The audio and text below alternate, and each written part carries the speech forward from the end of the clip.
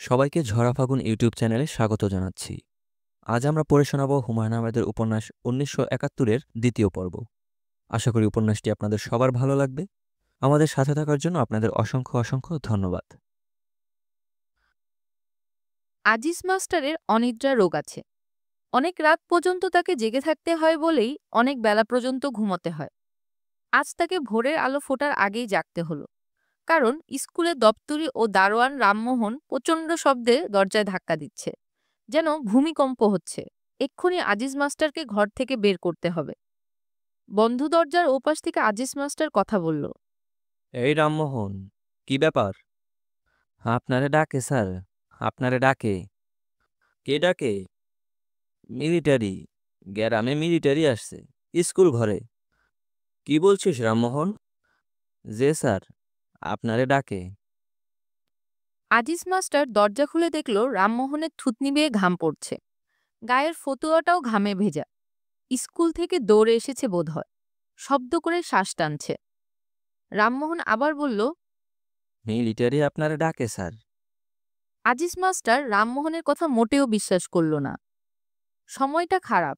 খাকি পোশাকের একজন পিয়ন দেখলেও সবাই ভাবে পাঞ্জাবি মিলিটারি। রামমোহনের রজ্জুতে সর্পভৌম হয়েছে। থানাওয়ালার কেউ এসেছে কেন্দুয়া থেকে, খুব সম্ভব চিত্রাবুড়ির ছেলের ব্যাপারে। মার্ডার কেসে পুলিশের খুব উৎসাহ, দল বেঁধে চলে আসে। নগদে বিদায়ের ব্যবস্থাও আছে। এখানে হয়তো তাই হয়েছে। আজিজ মাস্টার অনেকখানি সময় নিয়ে হাত মুখ ধুলো। তার মাথায় চুল নেই, তবু যত্ন করে চুল আঁচড়ালো। পরিষ্কার একটা পাঞ্জাবি গায়ে দিয়ে রাস্তায় বেরুলো। অর্ধেক পথ আসার পর তার মনে পড়ল চাবি ফেলে এসেছে।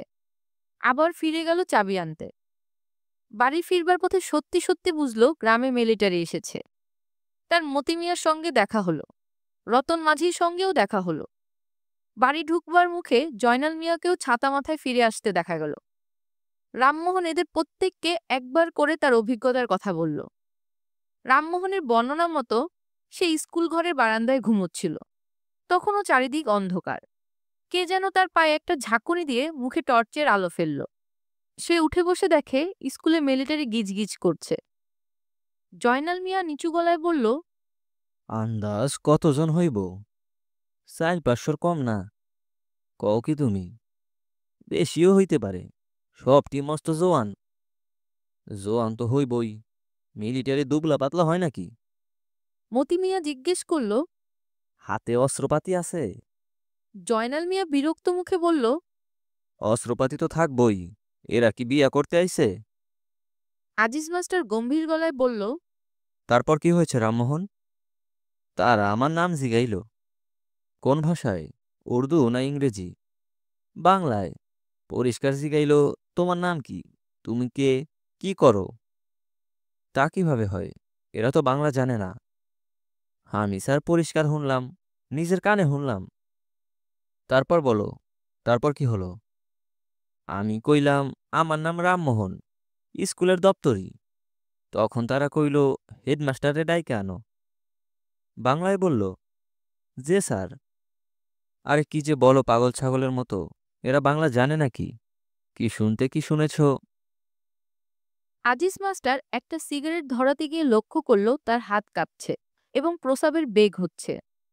খুব খারাপ লক্ষণ। এক্ষুনি হাঁপানির টান শুরু হবে। অতিরিক্ত উত্তেজনায় তার হাঁপানির টান ওঠে। এখন সিগারেট খাওয়াটা ঠিক হবে না জেনেও আজিজ মাস্টার লম্বা লম্বা টান দিতে শুরু করলো।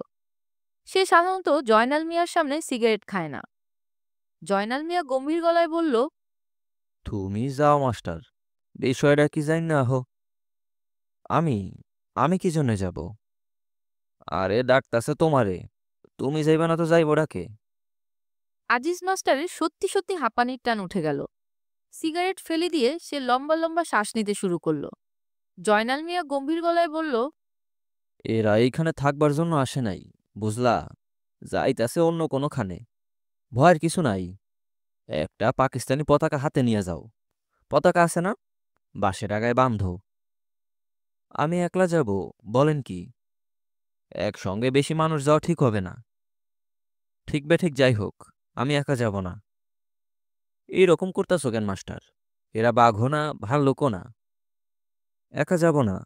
আপনারা চলেন আমার সাথে। সকাল প্রায় 7টার দিকে 6 জনের একটি ছোট্ট দলকে একটি পাকিস্তানি ফ্ল্যাগ হাতে নিয়ে স্কুল ঘরের দিকে এগোতে দেখা গেল। রোগা আজিজ মাস্টার দলটির নেতৃত্ব দিচ্ছে। সে স্কুল ঘরের কাছাকাছি এসে গলা ফাটিয়ে চিৎকার করল। পাকিস্তান দলের সবাই আকাশ বাতাস কাঁপিয়ে বলল, জিন্দাবাদ, কায়েদে আজম জিন্দাবাদ, লিয়াকত আলী খান জিন্দাবাদ, মহাকবি ইকবাল জিন্দাবাদ। রোদ উঠে গেছে। বৈশাখ মাস। অল্প সময়ে রোদ ঝাঁঝালো হয়ে ওঠে। ছোট্ট দলটি, যার নেতৃত্ব দিচ্ছে আজিজ মাস্টার, রোদে দাঁড়িয়ে ঘামছে। তাদের মুখ রক্তশূন্য। তারা বুকের মাঝে এক ধরনের কাঁপুনি অনুভব করছে। রাস্তার ওপাশে 4-5টা জারুল গাছ। গাছের নিচে গেলে ছায়া পাওয়া যায়, কিন্তু সেখানে যাওয়া ঠিক হবে কিনা আজিজ মাস্টার বুঝতে পারছে না। তারা জড়াজড়ি হয়ে দাঁড়িয়ে থেকে ধ্বনি দেয়, আর চোখে মিলিটারিদের দিকে তাকায়। সরাসরি তাকাতে সাহসে কুলায় না। সমস্ত বারান্দা জুড়ে মিলিটারিরা ছড়িয়ে ছিটিয়ে আছে। কেউ বসে আছে, কেউ মাথার নিচে হেভার স্যাক দিয়ে ঘুমের মতো পড়ে আছে। পাকিস্তান জিন্দাবাদ ধ্বনি দিয়ে এগিয়ে আসা দলটির প্রতি তাদের কোনো উৎসাহ দেখা গেল না। তাদের দৃষ্টি সন্ন্যাসীদের মতো নির্লিপ্ত, যেন জগতের কোনো কিছুতেই তাদের কিছু যায় আসে না। পাকিস্তানের ফ্ল্যাগটি মতি মিয়ার হাতে। সে হাত উঁচু করে ফ্ল্যাগটি দোলাচ্ছিল। হাত ব্যথা হয়ে গেছে, কিন্তু নামাবার সাহস হচ্ছে না। আজিজ মাস্টার খুক খুক করে কয়েকবার কাশল। সেই শব্দে বারান্দায় বসা কয়েকজন তাকালো তার দিকে। আজিজ মাস্টার প্রাণপণ কাশি চাপতে চেষ্টা করল। সময় খারাপ। এইরকম সময় কাউকে অযথা বিরক্ত করা ঠিক না, কিন্তু ক্রমাগত কাশি উঠছে। আজিজ মাস্টার লক্ষ্য করল, উঠোনে চেয়ার পেতে যে অফিসারটি বসে আছেন, তিনি এক দৃষ্টিতে তাকিয়ে আছে তার দিকে। অত্যন্ত রূপবান একজন মানুষ। মিলিটারি পোশাকেও তাকে রাজপুত্রের মতো লাগছে। এর চোখে মুখে কোনো ক্লান্তি নেই, তবে বসে থাকার ভঙ্গিটি শ্রান্তির ভঙ্গি। তিনি তার সামনের টেবিলে পা তুলে দিয়েছেন। পায়ে খয়েরি রঙের মোজা। মানুষটি প্রকাণ্ড, তবে সেই তুলনায় পায়ের পাতা দুটি খুবই ছোট। তার কাছাকাছি যে রোগা লোকটি দাঁড়িয়ে আছে, তাকে দেখতে বাঙালিদের মতো লাগছে। তার গায়ে চকচকে নীল রঙের একটা শার্ট। এই লোকটি খুব ঘামছে। ময়লা একটা রুমালে ক্রমাগত ঘাম মুছছে। অফিসারটি মৃদু স্বরে কি যেন বলল নীল শার্ট পরা লোকটিকে। নীল শার্ট তীক্ষ্ণ গলায় বলল, আপনাদের মধ্যে হেডমাস্টার সাহেব কে? আজিজ মাস্টারের বুকের মধ্যে শিরশির করতে লাগলো। কে আপনাদের মধ্যে হেডমাস্টার? মতি মিয়া আজিজ মাস্টারের পিঠে মৃদু ধাক্কা দিল। আজিজ মাস্টার কাশির বেগ থামাতে থামাতে বলল, জি আমি। আপনি থাকেন, অন্য সবাইকে যেতে বলেন। যান ভাই, আপনারা সবাই যান, ভয়ের কিছু নাই। আজিজ মাস্টার একা দাঁড়িয়ে রইল। অন্যরা মনে হলো হাঁপ ছেড়ে বেঁচেছে, তবে তারা চলেও গেল না। জুম্মা ঘরের কাছে ছাতিম গাছের নিচে বসে রইল চুপচাপ। ব্যাপারটা কিছুই বোঝা যাচ্ছে না। মাস্টার ফিরে না আসা পর্যন্ত কিচ্ছু পরিষ্কার হবে না। মতি বিড়ি ধরিয়ে টানতে লাগলো। সে জয়নাল মিয়ার সামনে বিড়ি খায় না, এই কথা তার মনেই রইল না। সময়টা খারাপ। এই সময় কোনো কিছুই মনে থাকে না। ছোট চৌধুরীও সিগারেট ধরালেন। তিনি সকাল থেকেই ঘামছেন। মতি মিয়া বলল, ভয়ের কিছু নাই, কি কন? না, ভয়ের কি? এরা বাঘও না, ভাল্লুকও না, একেবারে খাঁটি কথা। অন্যায় তো কিছুই করি নাই। অন্যায় করলে একটা কথা আছিল, একেবারে খাঁটি কথা, অতি ন্যায্য কথা। জয়নাল মিয়া উৎসাহিত বোধ করল। মতি বলল, নীলু চাচার বাড়িতে যাই চলেন। কথাটা জয়নাল মিয়ার খুব মনে ধরল, কিন্তু আজিজ মাস্টার ফিরে না আসা পর্যন্ত নড়তেও ইচ্ছা করছে না। রোদ চড়তে শুরু করেছে। ছাতিম গাছের নিচে একটি দুটি করে মানুষ জমতে শুরু করেছে। সবার মধ্যে একটা চাপা উত্তেজনা। ঝা ঝা করছে রোদ। উত্তরবন্দে বোরো ধান পেকে আছে, কাটতে হবে। কিছু কিছু জমিতে পাট দেওয়া হয়েছে। ক্ষেত নিড়ানির সময় এখন। দক্ষিণ বন্দে আউশ ধান বোনা হবে, কিন্তু আজ মনে হয় এই গ্রামের কেউ কোথাও যাবে না। আজকের দিনটা চাপা উত্তেজনা নিয়ে সবাই অপেক্ষা করবে। এই গ্রামে বহুদিন এইরকম কোনো ঘটনা ঘটেনি। বদিকে দেখা গেল ফর্সা জামা গায়ে দিয়ে হনহন করে আসছে। তার বগলে ছাতা। ছাতিম গাছের নিচে একসঙ্গে এতগুলো মানুষ দেখে হকচকিয়ে গেল। বিষয় কি? মতি মিয়া ঠান্ডা গলায় বলল, জানো না কিছু? কি জানুম? আরে মুসিবত, জান লইয়া টানাটানি, আর কিছুই জানো না? বদি চিন্তিত ভঙ্গিতে তাকায়, কিছুই বুঝতে পারে না। জয়নাল মিয়া ঠান্ডা গলায় বলে, গ্রামে মিলিটারি আইছে। এইটা কি কন? এইখানে মিলিটারি আইব কেন? স্কুল ঘরে গিয়ে নিজের চোখে দেখো, আজিজ মাস্টারে রাইখা দিছে। হ্যাঁ, আজ মধুবনে গিয়া কাম নাই, বাড়িত যাও। বদি রাস্তার উপর বসে পড়ে, ফিস ফিস করে বলে। কি সর্বনাশ! জয়নাল মিয়া বিরক্ত হয়ে বলে, সর্বনাশের কি আছে?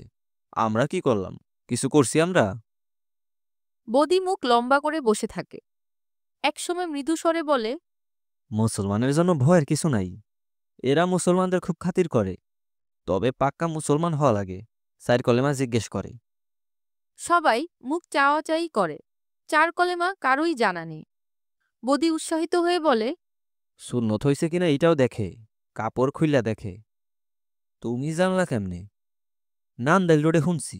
সুন্নত না থাকলেই দুম, একদম গুল্লি। কও কি তুমি? মিলিটারি মানুষ রাগ বেশি, আমরার মতো না। রাগ উঠলেই ধুম।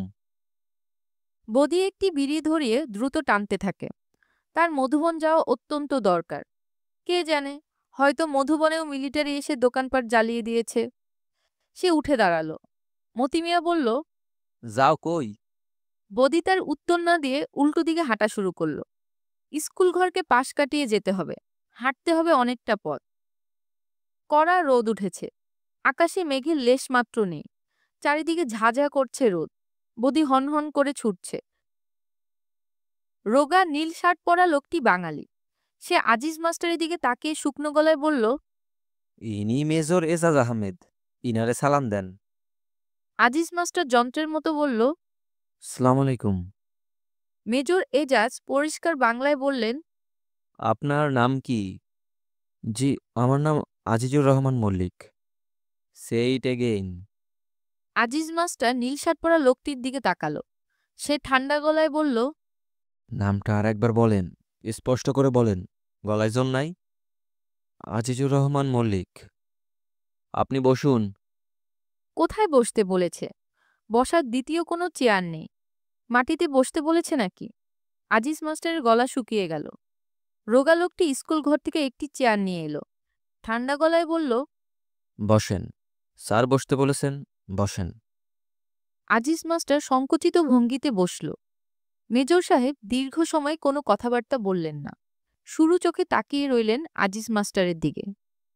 আজিজ মাস্টার কাপা গলায় বলল, স্যার ভালো আছেন? রোগা লোকটি বলল, শোনেন ভাই, আগ বাড়িয়ে কিছু বলতে যাবেন না। যা জিজ্ঞেস করবে শুধু তার জবাব দিবেন।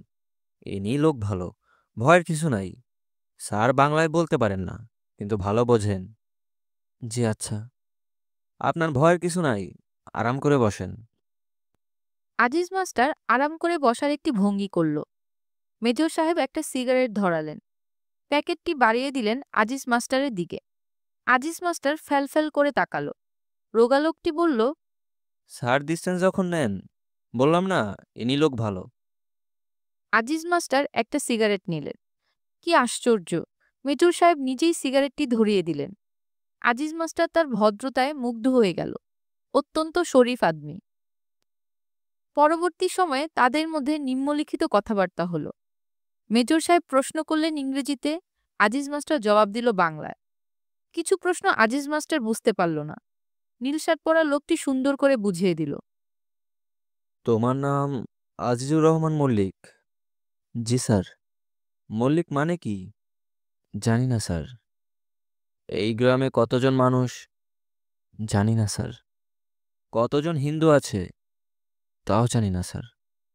তুমি দেখি কিছুই জানো না। স্যার, আমি বিদেশি মানুষ। বিদেশি মানুষ মানে? তুমি পাকিস্তানি না? জি স্যার। তাহলে তুমি বিদেশি হলে কিভাবে? মেজর সাহেব চোখ বন্ধ করে জবাবের প্রতীক্ষা করতে লাগলেন। আজিজ মাস্টারের মাথায় কোনো জবাব এলো না। তুমি ইকবাল জিন্দাবাদ বলেছিলে। ইকবাল কে? কবি স্যার, বড় কবি, মহাকবি। তুমি তার কবিতা পড়েছ? জি না স্যার। পড়ো নাই? চীন ও আরব হামারা, সারা জাহা হে হামারা। জি না স্যার। মেজর সাহেব আরেকটি সিগারেট ধরালেন। কিছুক্ষণ বিশ্রাম নিলেন। আজিজ মাস্টার লক্ষ্য করল লোকটিকে দূর থেকে যত অল্প বয়স্ক মনে হচ্ছিল, আসলে তার বয়স তত অল্প নয়। চোখের নিচে কালি, কপালের চামড়ায় সূক্ষ্ম ভাঁজ। বয়স কত হতে পারে? ৩৫-এর কম নয়। আজিজ মাস্টারের বয়স ৩৮। এই লোকটি তার চেয়ে ৩ বছরের ছোট। অথচ এই লোকটির সামনে নিজেকে কেমন কেঁচোর মতো লাগছে। মেজর সাহেব নড়ে চড়ে বসলেন। পা থেকে মোজাজোড়া টেনে খুলে ফেললেন। আবার প্রশ্ন উত্তর শুরু হলো। এই গ্রামে কোনো দুষ্ট লোক আছে? জি না স্যার। মুক্তিবাহিনী আছে? জি না স্যার। তুমি ঠিক জানো? জি স্যার, এই গ্রামের সবাইকে আমি চিনি। তোমার ধারণা এই গ্রামে মুক্তিবাহিনী নেই? জি না। মেজর সাহেব মৃদু হাসলেন। কেন হাসলেন কে জানে। তিনি কি বিশ্বাস করেছেন? আজিজ মাস্টার আবার বলল, মুক্তিবাহিনী নাই স্যার। শেখ মুজিবের লোকজন আছে? জি না স্যার।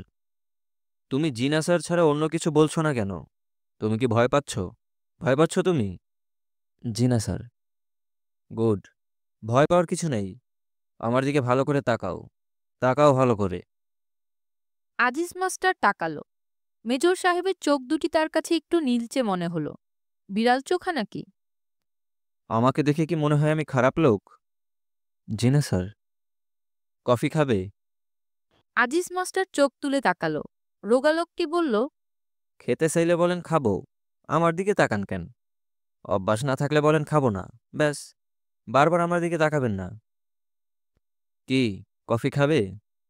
জি না স্যার। না কেন? খাও। কফি তৈরি হচ্ছে। তুমি কি কফির সঙ্গে ক্রিম খাও? আজিজ মাস্টার না বুঝেই মাথা নাড়ল। কফি এসে পড়ল কিছুক্ষণের মধ্যে। অতি বিষাদ জিনিস। আজিজ মাস্টার চুপচুপ করে কফি খেতে লাগলো। কাপ নামিয়ে রাখার সাহস হলো না। বুঝলে আজিজ, পাকিস্তানি মিলিটারির নামে আজগুবি সব গল্প ছড়ানো হচ্ছে। আমরা নাকি কোথায় কুড়াল দিয়ে কুপিয়ে দুটি মুক্তিবাহিনীর ছেলেকে মেরেছি। গল্পটা তোমার বিশ্বাস হয়? আজিজ মাস্টার জবাব দিল না। মেজর সাহেব অনেকটা সময় নিয়ে সিগারেট ধরালেন। তারপর ঠান্ডা গলায় বললেন, আমরা কাঠুরে হলে সেটা করতাম, কিন্তু আমরা কাঠুরে নই। আমরা সৈনিক। আমরা গুলি করে মারব, ঠিক না? জি স্যার। হিন্দুস্তান বেতারে এসব প্রচার চালাচ্ছে এবং অনেকেই এসব শুনছে। বলো ঠিক বলছি কিনা? জি স্যার, ঠিক। আচ্ছা, এ গ্রামে ট্রানজিস্টার আছে কার কার? তোমার আছে? আজিজ মাস্টারের গলায় কফি আটকে গেল। তার আছে, এবং সে স্বাধীন বাংলা বেতার শোনে। কি আছে? জি স্যার। কিন্তু তুমি নিশ্চয়ই শোনো না? মাঝে মাঝে শুনি স্যার। শুনলেও নিশ্চয়ই বিশ্বাস করো না, ঠিক না? মাঝে মাঝে বিশ্বাস হয় স্যার। আজিজ। জি স্যার। তুমি একজন সৎ লোক। অন্য কেউ হলে বলতো বিশ্বাস হয় না। আমার মনে হয় তুমি মিথ্যে একেবারেই বলতে পারো না। আচ্ছা এখন বলো, আর কার কার ট্রানজিস্টার আছে? নীলু সেনের আছে, জয়নাল মিয়ার আছে। ওরা কেমন লোক? ভালো লোক স্যার, নির্বিরোধী মানুষ। এই গ্রামে খারাপ মানুষ কেউ নাই। তাই নাকি? জি স্যার। আচ্ছা ঠিক আছে, তুমি যাও। ভয়ের কিছু নেই। আজিজ মাস্টার উঠে দাঁড়ালো। তার মনে হলো মেজর সাহেব একজন বিশিষ্ট ভদ্রলোক। আসসালামু আলাইকুম স্যার। ওয়ালাইকুম আসসালাম। আজিজ মাস্টারের কেন জানি মনে হলো এক্ষুনি তাকে আবার ডাকা হবে। সে এগোতে লাগলো খুব সাবধানে, কিন্তু কেউ তাকে ডাকলো না। প্রায় ৩০ গজের মতো যাওয়ার পর সে ভয়ে ভয়ে একবার পেছনে তাকালো। মেজর সাহেব তীক্ষ্ণ দৃষ্টিতে তাকিয়ে আছেন। তার সঙ্গে রোগা লোকটিও চিন্তিত মুখে তাকিয়ে আছে। আজিজ মাস্টারের বুক ধক করে উঠল। কেন উঠল কে জানে। একবার পেছন ফিরে আবার মুখ ফিরিয়ে চলে যাওয়া যায় না। আজিজ মাস্টার দ্বিতীয়বার বলল, আসসালামু আলাইকুম। মেজর সাহেব তখন তাকে হাত ইশারা করে ডাকলেন। নীল শার্ট পরা লোকটি বলল, এই যে মাস্টার সাহেব, এদিকে আসেন ভাই। স্যার ডাকেন। আজিজ মাস্টার ফিরে এলো। মেজর সাহেব হাসি মুখে বললেন, শুনলাম তুমি কবিতা লেখো। আজিজ মাস্টার বেকুবের মতো তাকালো। সে কিছুই বুঝতে পারছে না। এখানকার মসজিদের যে ইমাম সাহেব আছে তার কাছে শুনলাম, তার সঙ্গে আমার কথা হয়েছে। তুমি কি সত্যি কবিতা লেখো? জি স্যার। বেশ, একটা কবিতা শোনাও। কবিতা আমি পছন্দ করি। শোনাও একটা কবিতা। আজিজ মাস্টার তাকালো নীল শার্ট পরা লোকটির দিকে। সে শুকনো গলায় বলল, স্যার শোনাতে বলছে শোনান। চেয়ারে বসেন, বসে শোনান। ভয়ের কিছু নাই। আজিজ মাস্টার হতভম্ব হয়ে তাকিয়ে রইল। মেজর সাহেব বললেন, বলো বলো, সময় নষ্ট করার কোনো মানে হয় না। লেটেস্ট কবিতাটি বলো। আজিজ মাস্টার যন্ত্রের মতো 4 লাইন বলে গেল। আজি এ নিশীথে তোমারে পড়িছে মনে, হৃদয়ে যাতনা উঠিছে জাগিয়া ক্ষণে ক্ষণে। তুমি সুন্দর চেয়ে থাকি তাই কল্পলোকের চোখে, ভালোবাসা ছাড়া নাই কিছু আর মোর মরুময় বুকে। নীল শার্ট সেটি অনুবাদ করে দিল। মেজর সাহেব বললেন, এটি তোমার লেটেস্ট? জি স্যার। ভালো হয়েছে, বেশ ভালো। তা মেয়েটি কে? জি স্যার। কবিতার মেয়েটি কে? ওর নাম কি? মালা। মেয়েটি এখানেই থাকে? আজিজ মাস্টার কপালের ঘাম মুছল। শুকনো গলায় বলল, এইখানেই থাকে। তোমার স্ত্রী নাকি? জি না স্যার, আমি বিয়ে করিনি। এই মেয়েটিকে বিয়ে করতে চাও? আজিজ মাস্টার ঢোক গিলল। বলে কি এই লোক? কি বলো? চুপ করে আছো কেন?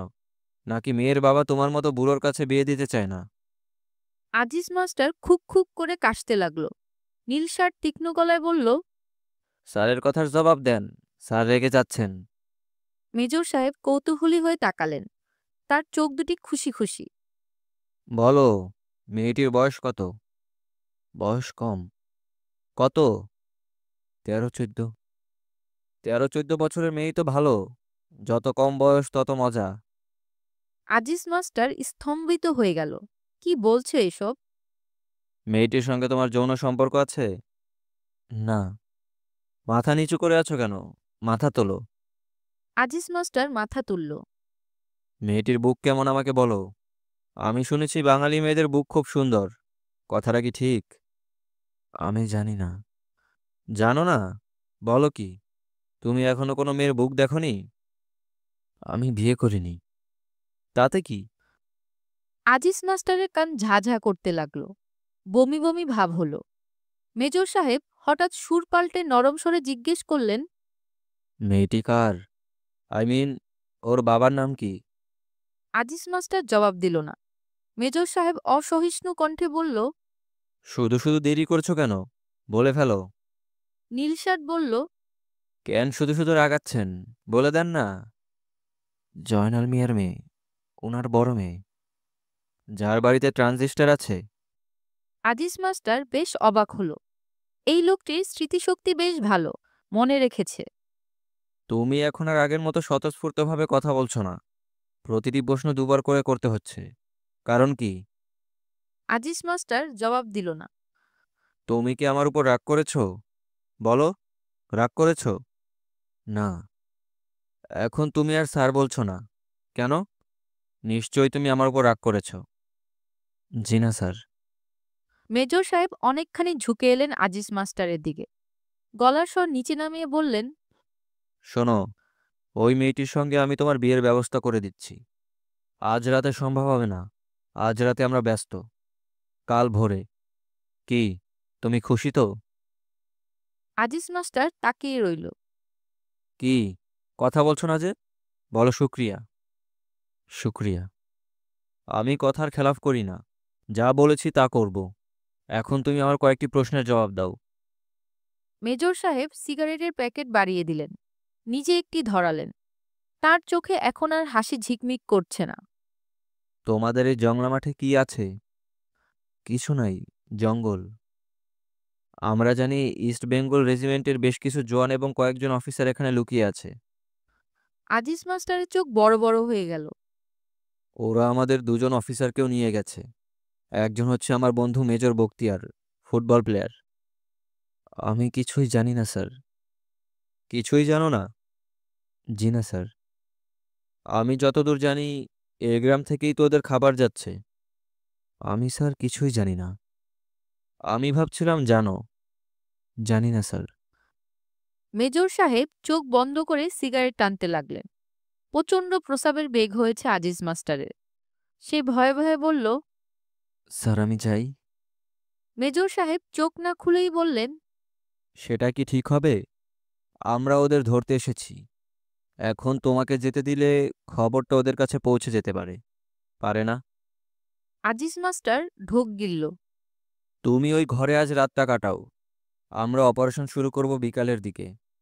আর একটি বড় কোম্পানি আসবে আমাকে সাহায্য করতে। ওদের জন্যই অপেক্ষা করছি। আজিজ মাস্টারের হাঁপানির টান উঠে গেল। টেনে টেনে শ্বাস নিতে লাগলো। মেজর সাহেব হালকা গলায় বললেন, তোমাকে অনেক গোপন খবর দিয়ে দিলাম, তবে অসুবিধা নেই। তুমি বন্ধু মানুষ। যাও, ওই ঘরে চলে যাও। স্যার আমি কিছুই জানি না। জানো না সে তো আগেই বলেছ। সবাই কি আর সবকিছু জানে? জানে না। যাও, ওই ঘরে গিয়ে বসে থাকো। রোদ থেকে এসেছে বলেই কিনা কে জানে, এত পরিচিত ঘরও আজিজ মাস্টারের কাছে অচেনা লাগতে লাগলো। অথচ এটা টিচার্স রুম। আজিজ মাস্টার রোজ এখানে বসে। মাস্টার সাহেব? কে? আজিজ মাস্টার অবাক হয়ে দেখল, একটা চেয়ারে ইমাম সাহেব জড়সড় হয়ে বসে আছেন। ইমাম সাহেবের নাক মুখ ফুলে গেছে, নিচের ঠোঁটটিও কেটে গেছে। তার সাদা পাঞ্জাবিতে রক্তের ছোপ, কাটা ঠোঁট দিয়ে হলুদ রঙের রস বেরোচ্ছে।